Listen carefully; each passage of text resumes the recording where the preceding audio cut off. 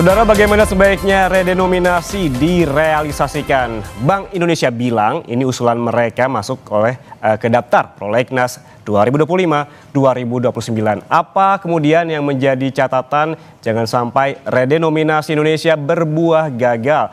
Kompas Bisnis akan tanya langsung kepada sejumlah narasumber. Ada anggota Komisi 11 DPR RI dari fraksi PDI Perjuangan, Haris Turino, yang telah hadir di studio. Pak Haris, selamat pagi. Selamat pagi. Dan juga ada ekonom PM FFB Universitas Indonesia, Teguh Rifki, melalui saluran Zoom. Mas Rifki, selamat pagi. Pagi Mas, apa kabar? Kabar baik tentunya. Kita membahas terkait dengan redenominasi yang menjadi perbincangan publik akhir-akhir ini. Pak Haris, kemudian setidaknya ada 3 syarat tadi yang sempat saya bacakan. Di antaranya ada kondisi makroekonomi yang stabil, ada stabilitas sistem keuangan yang terjaga, dan juga situasi sosial politik yang kondusif. Apakah menurut Anda dari ketiga syarat itu Indonesia sudah memenuhinya? Ya, dari beberapa, katakan syarat yang pertama ya, kondisi makroekonomi yang stabil. Itu biasanya dilihat dari mana sih? Nomor satu adalah dari inflasi. Kalau inflasinya memang terjaga di level sekitar 2,5-2,6%. Ini selama ini bertahun-tahun BI sukses menjaga inflasi. Oke. Tetapi banyak hal lain, ya seperti katakan tekanan pada mata uang. Kita tahu sekarang rupiah sedang mengalami tekanan yang cukup berat ya. Kurs yang ditargetkan di 16.420, sementara sekarang ada pada kisaran 16.600, 16.700. Belum hal yang lain seperti katakan jumlah utang luar negeri kita. Utang kita, bukan utang luar negeri, jumlah hutang kita. Hutang pemerintah kan memang kalau dibandingkan terhadap PDB ada di kisaran 40%.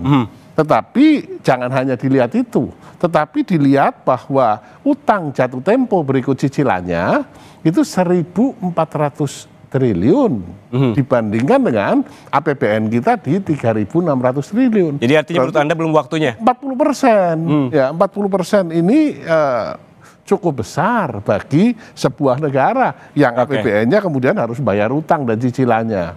Juga masih banyak kita kasus tarif ya, kasus perang dagang.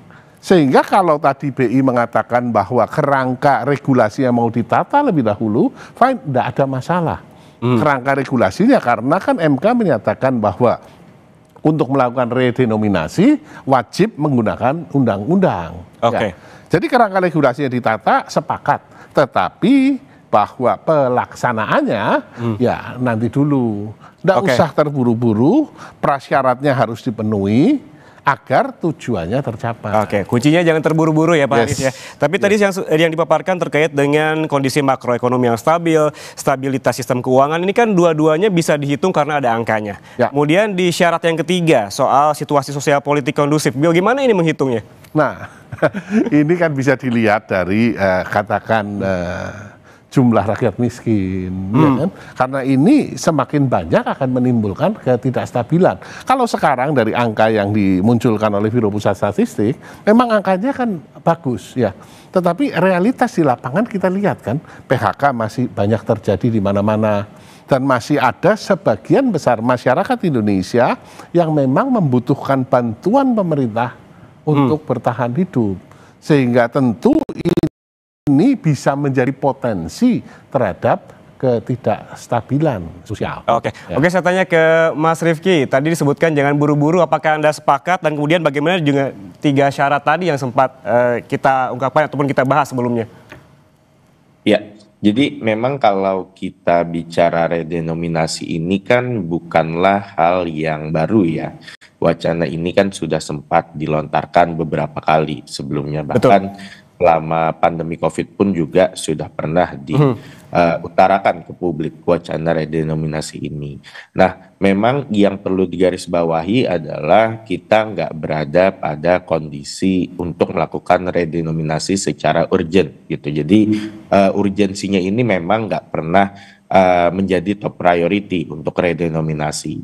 Walaupun memang redenominasi ini memberikan beberapa benefit, jadi ada manfaatnya juga dari melakukan redenominasi ini. Apa saja itu, Mas? Manfaatnya? Pertama adalah kemudahan untuk melakukan transaksi dan proses administrasi, sehingga kemudian ini nanti dalam pencatatan, dalam administrasi menjadi lebih sederhana.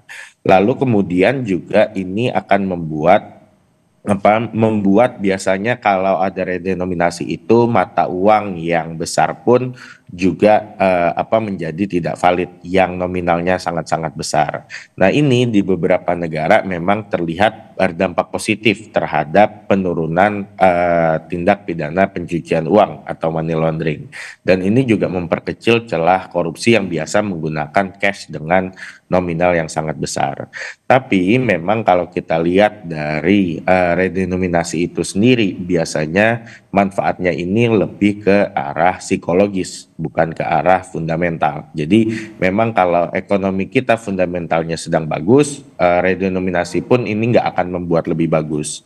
Begitupun saat fundamental ekonomi kita tertekan, redenominasi pun juga nggak akan membuat kondisi fundamentalnya menjadi lebih bagus. Jadi ini memang efek psikologis saja di pasar dan transaksi ekonomi masyarakat. Oke, kalau ini hanya efek psikologis, bagaimana hitung-hitungannya? Karena kan memang kita kadang kalau kita datang ke pasar gitu, ada harga-harga misalkan Rp12.200. Ini akan jadi seperti apa? Rp12.250. Ini kan harus ada pembulatan begitu. Apakah ini tidak berisiko ataupun ada pengaruh nantinya terhadap perekonomian? Iya, memang ada kemungkinan akan terjadi opportunistic rounding. Misalnya katakanlah sebuah barang itu nilainya 12.500 gitu. Instead of misalnya dibulatkan menjadi Rp12, mungkin akan dibulatkan ke atas menjadi Rp13. Jadi potensi tekanan inflasi pun akan ada. Tapi kita melihat juga kondisi inflasi kita saat ini relatif manageable. Jadi saya rasa risikonya ini pun juga relatif bisa di contain lah atau bisa di manage. Nah, tapi kalau kita berkaca ke banyak negara lain yang mata uangnya nilainya cukup besar seperti misalnya Japanese yen atau Korean won, itu pun juga mereka tidak mempush untuk melakukan redenominasi karena memang urgensinya ini selalu tidak menjadi top priority gitu, dan memang dalam pelaksanaannya ini butuh waktu yang panjang, butuh transisi, sosialisasi, dan nanti phasing out dari nilai rupiah yang ada saat ini.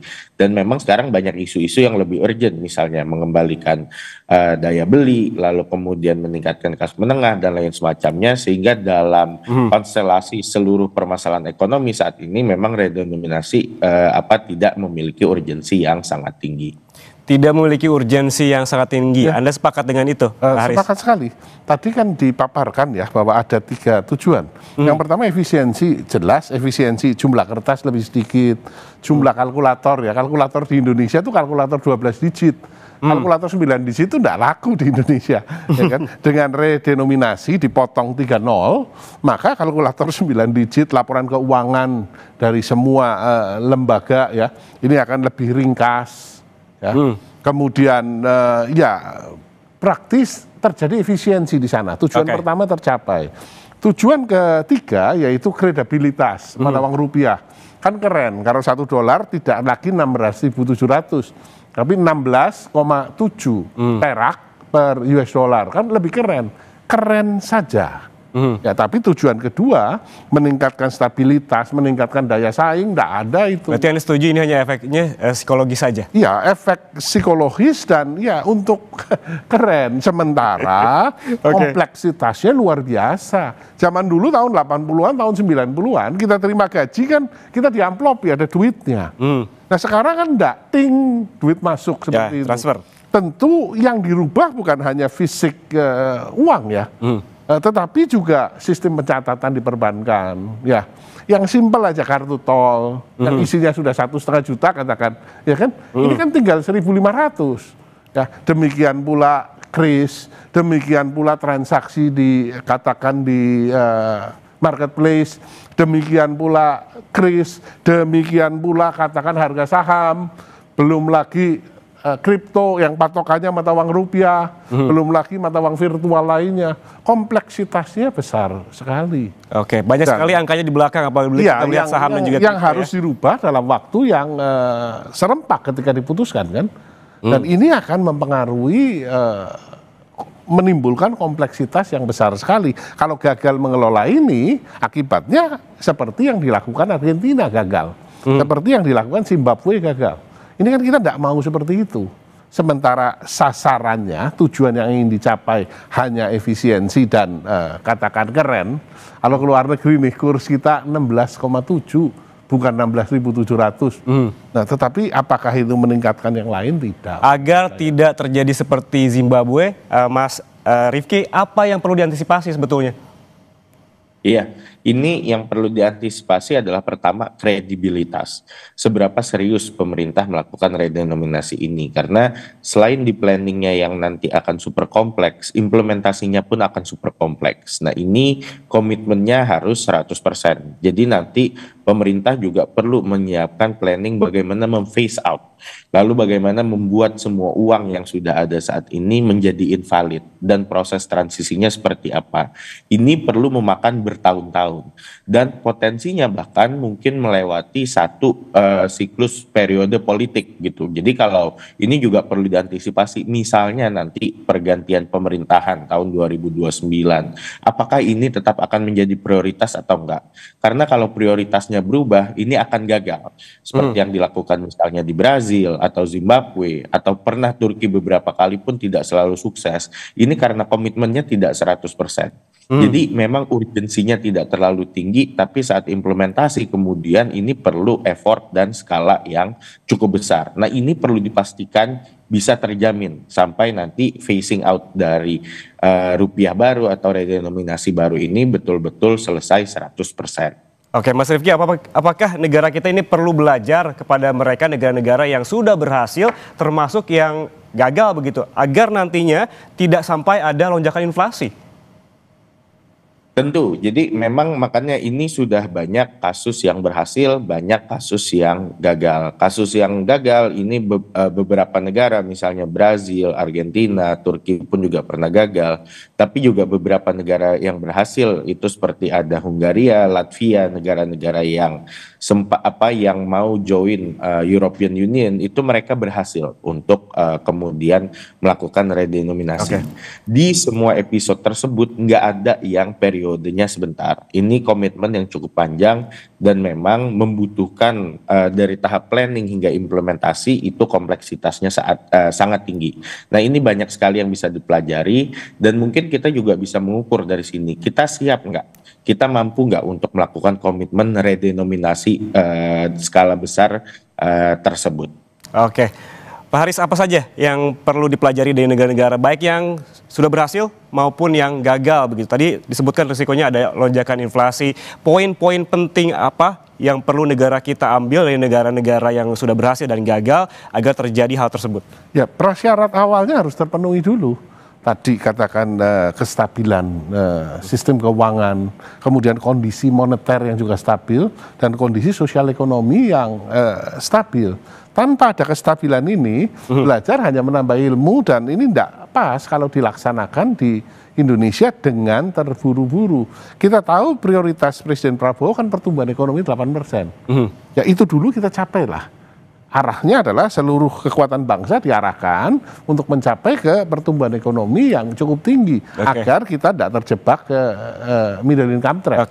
Ya kalau yang ini rasanya perlu waktu dan tidak ada urgensinya untuk dilaksanakan dalam waktu Artinya yang perlu dilakukan yang urgen-urgen dulu lah. Yang urgen dulu saja. Jangan dulu ya gitu. Kan? Iya, makan bergizi harus sukses ya kan, sekolah program prioritas dulu ya. Seterusnya ya. Nah tadi kalau Mas Rifki sudah memberikan pandangannya terkait benefit begitu. Ya. Dari pandangan Pak Haris, sebetulnya apa benefitnya jika memang hal ini direalisasikan? Tadi ringkas, mata uang kita jadi ringkas, jadi keren, katakan $1 16.700 jadi 16,7, hanya keren saja. Padahal kredibilitas satu mata uang bukan ditentukan dari berapa banyak atau sedikitnya nol, tetapi ditentukan dari apakah otoritas moneter mampu menjaga kestabilan pada kisaran 16,7 misalkan.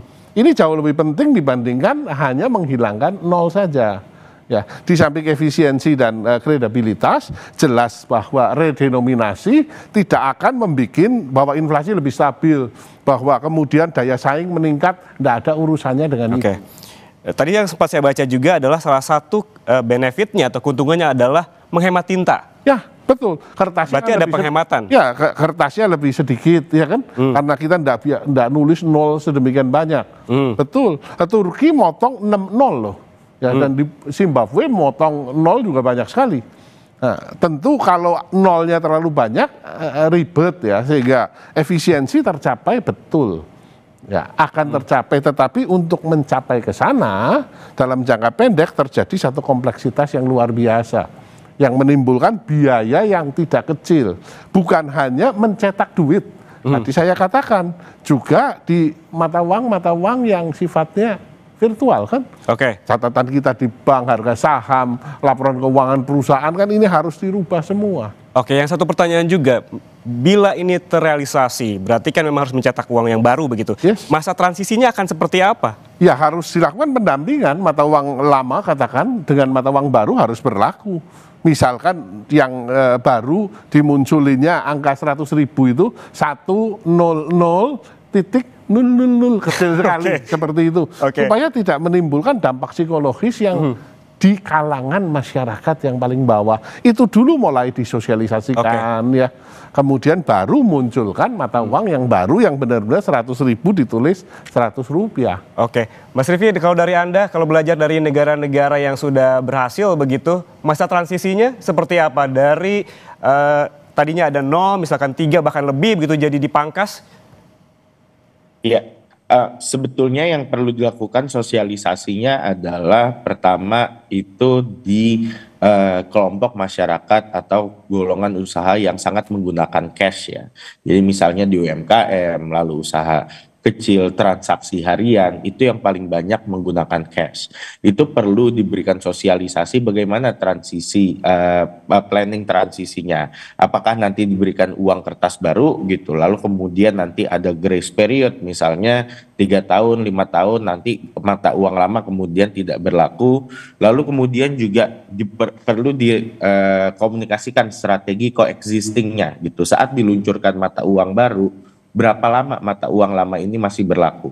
Kalau dua-duanya berlaku, bagaimana kondisi transaksi di lapangan? Ini yang perlu jelas roadmap-nya, ini yang perlu jelas blueprint-nya. Kalau transaksi besar misalnya yang menggunakan digital atau misalnya transaksi elektronik, itu sebetulnya lebih mudah diaturnya. Karena nanti tinggal penyesuaian di sistem. Tapi kemudian kalau yang di lapangan, yang di transaksi hari-hari, transaksi menggunakan cash, ini yang perlu butuh sosialisasi yang sangat besar dan implementasi dan dikawal betul-betul sehingga tidak terjadi kebocoran saat kemudian prakteknya di lapangan. Jadi itu yang menjadi poin-poin penting dari negara lain saat kemudian mereka melakukan redenominasi dan berhasil. Yang turut menjadi sorotan juga apabila kita berkaca kepada sejarah terkait dengan redenominasi dan juga centering yang pernah dilakukan pemerintah Indonesia tahun 1965 ini akibat hiperinflasi dan juga stabilitas ekonomi yang rapuh begitu. Lalu kemudian Mas Rifki, apa bedanya? Jangan sampai ada persepsi masyarakat ini juga keliru begitu. Ya, ini perlu dibedakan. Redenominasi itu tidak sama dengan sunering. Sunering itu adalah memotong nilai mata uang gitu. Jadi kalau misalnya harga roti 10.000 gitu, uang 10.000 kemudian nilainya dipotong jadi Rp10. Harga roti tetap 10.000 gitu. Jadi nilainya yang dipotong. Itu sunering. Kalau redenominasi harga roti 10.000, uang 10.000, uang 10.000-nya menjadi Rp10, harga rotinya menjadi Rp10 gitu. Nah, ini dua konsep yang sangat berbeda dan implikasinya pun akan sangat berbeda nantinya. Ini yang perlu dikomunikasikan oleh pemerintah betul-betul bahwa nilai mata uangnya nggak turun gitu, karena nilai uangnya tetap akan bisa membeli barang yang sama. Jadi bukan nilai mata uangnya turun, harga barangnya tetap gitu. Ini mata uangnya menyesuaikan dengan harga barangnya. Nah, yang dilakukan di tahun 66 itu adalah sunering gitu, saat kemudian terjadi hiperinflasi. Di banyak negara lain, hiperinflasi pun juga mendorong redenominasi seperti yang terjadi di Brazil, Venezuela, dan Zimbabwe. Kondisinya kita lebih baik. Kondisinya sekarang adalah kita itu nggak mengalami hiperinflasi, tapi kita mau melakukan simplifikasi mata uang. Jadi isunya sebetulnya cukup berbeda. Kita sebetulnya lebih nggak ada urgensi karena kita nggak ada hiperinflasi. Tapi memang tadi ada benefit-benefit psikologis dari simplifikasi mata uang tersebut. Oke, lagi-lagi belum ada urgensinya ya. Kalau dari DPR, Pak Haris, apakah DPR juga menghitung persepsi publik terkait dengan isu ini?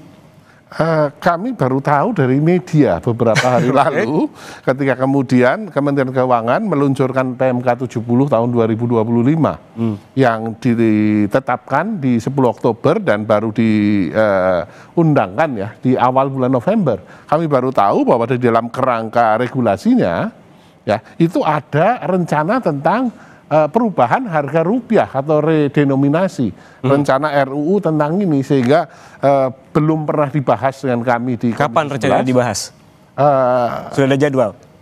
Ya rasanya dengan statement Pak Purbaya yang terakhir bahwa nomor 1 ini adalah urusannya otoritas moneter. Ini benar ya kan? Tapi masalahnya adalah PMK 70 ini yang menerbitkan adalah Kementerian Keuangan dan kita tahu lah kalau Pak Purbaya yang mengatakan di media kan menjadi viral seluruh Indonesia ya kan. Tapi kemarin sudah ngomong ini urusannya Bank Indonesia bukan urusannya Kementerian Keuangan ya. Dan ya kita tidak akan melakukannya secara terburu-buru. Ini tentu sesudah Menteri Sekretaris Negara kemudian mengatakan kita tidak akan buru-buru, Menko juga mengatakan hal yang sama. Kemudian Pak Purbaya kemarin mengeluarkan statement itu. Oke, Mas Rifki bilang belum ada urgensinya, ya. Pak Haris bilang jangan buru-buru. Lalu sebenarnya dalam kondisi seperti apa momentum yang tepat bagi Indonesia untuk melakukan redenominasi ini? Tapi tahan dulu jawabannya. Jangan kemana-mana saudara, susah jadi kami kembali. Untuk Anda tetap bersama kami di Kompas Bisnis. Anda masih bersama kami di Kompas Bisnis, saudara. Sebelum kita membahas terkait dengan kapan waktu yang tepat untuk melakukan redenominasi ini, kita juga tadi sempat berbincang terkait dengan ongkosnya. Akan seberapa mahal sih ongkos melakukan redenominasi ini dan apakah sebanding dengan impact-nya? Nah itu persoalannya, ongkosnya akan besar sekali. Bukan hanya ongkos mengganti duit. Ya, mengganti nol, membuang nol, bukan hanya itu, bukan hanya cetak uang baru, tetapi dampak psikologis masyarakat. Ya, dan yang kedua adalah menjaga bahwa ini tidak boleh gagal, karena kalau gagal malah menyebabkan kondisi ekonomi pertumbuhannya terhambat, terjadi inflasi yang besar-besaran. Kita biasa main di angka ribuan dan jutaan. Satu contoh harga beras 13.200 sekarang. Ya, kalau kemudian dilakukan redenominasi, maka harga beras menjadi 13 perak 20 sen. Kita dari sejak lahir tidak biasa mainan sen. Maka akan di round up ke atas, 14 saja deh. Biar gampang, biar simple. Nah, apa dampaknya? Ini kenaikan 6%.